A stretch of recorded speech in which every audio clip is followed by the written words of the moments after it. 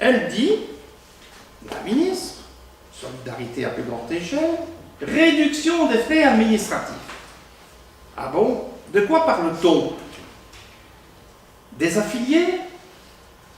On vient de le voir, eux, en frais administratifs pour la mutuelle, eh ben, ça sera directement 3, 4, voire 5 euros de plus d'ici un peu plus d'un an. Est-ce que, alors, ce sont les frais d'administration de l'assurance obligatoire? Mais là, la loi de financement sur les mutualités, elle attribue les moyens aux unions nationales, qui ensuite les répartissent à l'intérieur aux différentes mutualités affiliées. Et donc, pour le gouvernement, qu'il y ait 5, 10 ou 20 mutualités au sein d'un organisme assureur ne change strictement rien à la dotation en frais administratifs. De quoi parle-t-on alors? De quoi parle-t-on? Elle finit par avouer, plus tard, elle le dit, c'est le moins honnête de sa part, il est à cet égard relevé qu'il est difficile de déterminer un effectif minimal objectif idéal. Un compromis a été trouvé. De nombreux autres chiffres auraient pu être envisagés. Pas de chance pour nous, et pour la province de Luxembourg, il tombe à 75 000. Ceci dit, en passant, nous faisons remarquer qu'il y a une mutualité affiliée à l'organisme assureur neutre qui s'appelle la Vlaams en Neutraal Mutualiteit van Brabant, qui ostensiblement, publiquement, soutient la NVA et qui, elle, compte 79 000 membres. Y voit-on une coïncidence?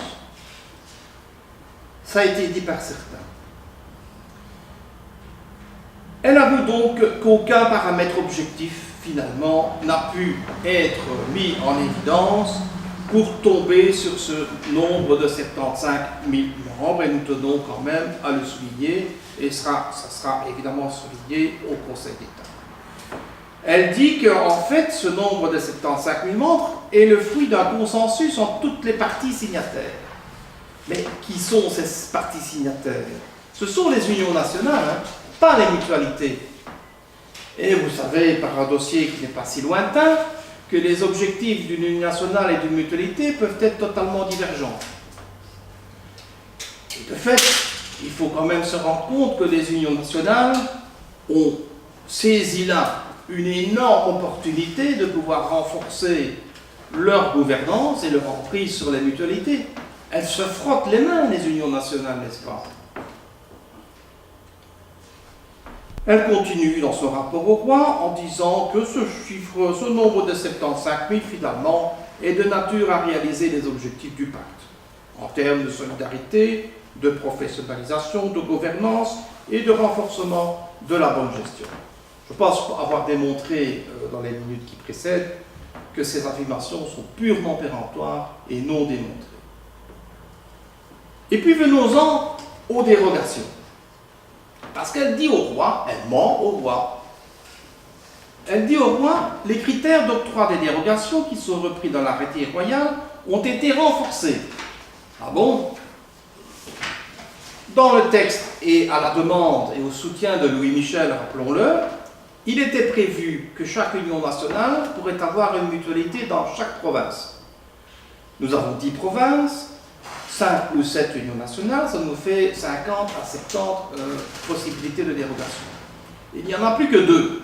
Donc moi je ne vois pas où ça a été renforcé. Il faut qu'on me l'explique parce que moi je ne comprends pas. Quelles sont ces dérogations? Il y en a 2.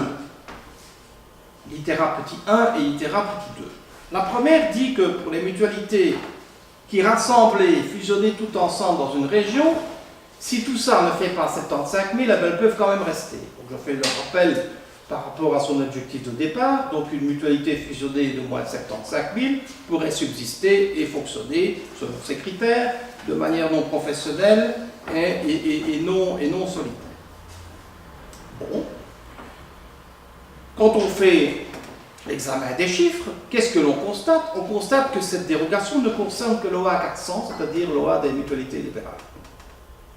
C'est curieux, n'est-ce pas ça? Curieux.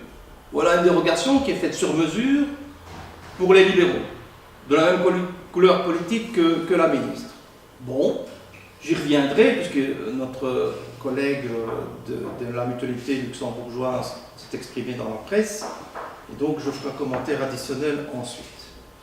La deuxième dérogation qu'elle a ajoutée, suite notamment, il faut le reconnaître, c'est vrai, aux protestations de Willy Boursu, c'est que, en plus de cela, eh bien, dans tout le pays, il pourrait y avoir une seule mutualité de moins de 75 000. Bien, regardons qui est concerné par cela. Chez nous, les socialistes, il y a 2 mutualités de moins de 75 000 aujourd'hui. Les chrétiens, 3. Donc, ça veut dire qu'elle compte confier aux unions nationales le choix de donner une dérogation à une de ces mutualités. Mais selon quels critères? Comment les unions nationales vont-elles choisir la mutualité qui va avoir la chance de ne pas mourir? Ça ne le dit pas, évidemment. Elle s'en lave les mains. Elle envoie ça aux unions nationales. Mais les unions nationales, elles sont composées des mutualités, n'est-ce pas? Et qui décide dans ces mutualités? Ben, celles qui ont le poids de représentation la plus élevé. Autrement dit, qui va choisir la mutualité qui va survivre? Les grosses mutualités. Confier cette dérogation aux unions nationales était la dernière chose à faire. Elle l'a fait. Mais elle a le culot de dire au roi que ces dérogations devront être motivées par des éléments objectifs et non discriminatoires. Eh bien, qu'elles disent lesquels alors? Parce que si elles demandent aux unions nationales de le faire, elles n'y parviendront pas.